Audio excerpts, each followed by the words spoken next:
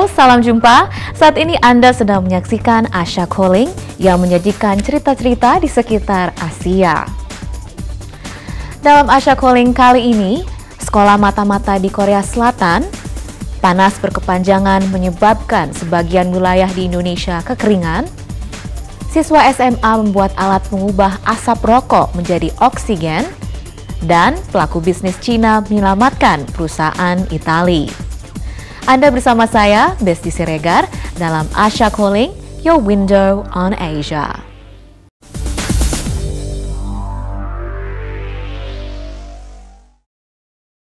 Para pelanggar hukum di Korea Selatan, waspadalah.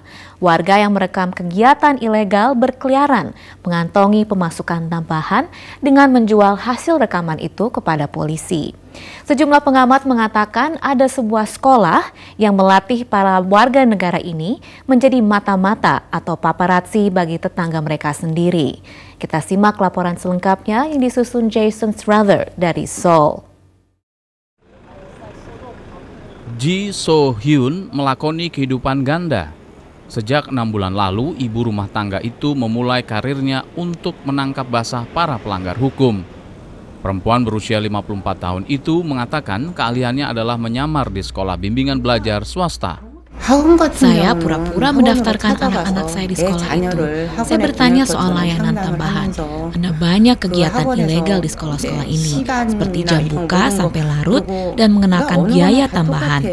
Jenis pelanggaran seperti ini yang saya rekam. Saat Ji sedang beraksi, ia menggunakan sebuah kamera kecil yang disembunyikan di dalam tasnya. Ia adalah satu dari sekian ratus warga yang telah dilatih untuk merekam video pelanggaran hukum secara sembunyi-sembunyi oleh sesama warga.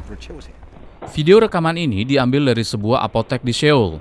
Seorang mata-mata warga merekam kasir yang tidak mengenakan biaya pada kantong plastik seperti diatur dalam hukum Korea Selatan.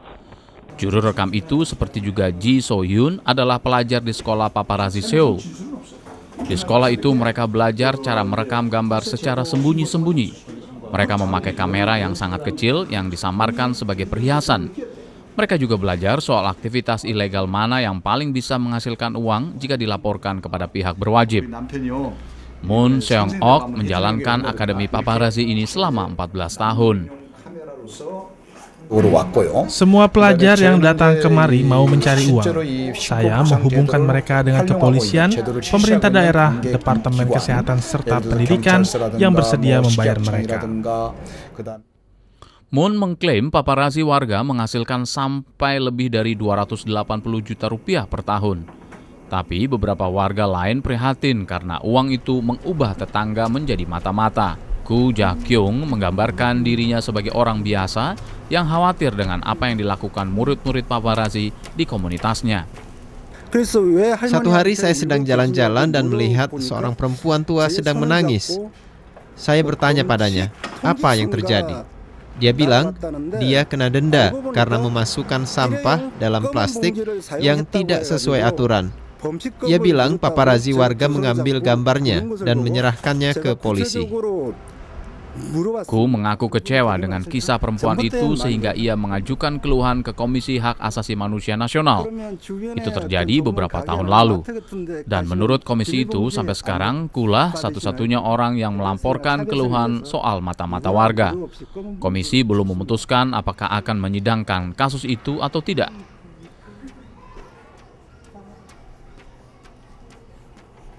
Chun Sang-chin adalah sosiolog dari Universitas Songang, Seoul. Kata dia, sebagian besar warga tidak suka dengan apa yang dilakukan paparazzi. Ada semacam sensitivitas budaya di sini. Masyarakat khawatir kalau mereka maju dan mengeluhkan masalah ini, orang lain akan berpikir kalau mereka melakukan sesuatu yang salah atau ilegal. Mereka ingin orang lain berpikir apa yang mereka lakukan secara pribadi ataupun di depan masyarakat adalah sesuatu yang baik. Makanya mereka diam saja. Kata Chun, pemerintah seharusnya berhenti membayar video-video rahasia hasil rekaman mata-mata warga. Pemerintah menggunakan tenaga alih daya untuk memenuhi tanggung jawabnya pada masyarakat. Semua orang tahu kalau itu salah. Tapi kalau Anda melihat sejarah politik kediktatoran Korea, Ini bukan saja menjadi keprihatinan bagi sebagian besar orang. Menurut saya, sulit membuat debat publik soal paparazzi. Jadi untuk sekarang, warga Korea Selatan berusaha keras menutup kehidupan mereka rapat-rapat. Moon Seong-ok dari Sekolah Paparazzi Seoul mengatakan ia tidak merasa malu atas apa yang dilakukan dia dan murid-muridnya.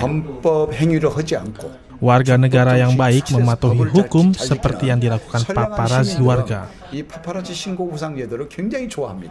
Tapi bagi orang yang melanggar hukum, merekalah yang tidak nyaman dengan apa yang siswa saya lakukan.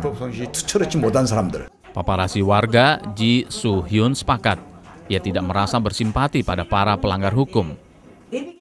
Awalnya saya merasa bersalah melaporkan orang-orang ini, tapi semakin sering saya melakukannya, saya menyadari ada begitu banyak pelanggaran di sekitar kami. Mereka bukan orang miskin atau orang yang harus berjuang mempertahankan hidupnya. Jadi, saya tidak merasa bersalah melaporkan mereka. Ji mengatakan dia sekarang sedang mengarahkan kameranya pada orang-orang yang menghindar membayar pajak. Untuk Asia Calling, laporan ini disusun Jason Strother di Seoul.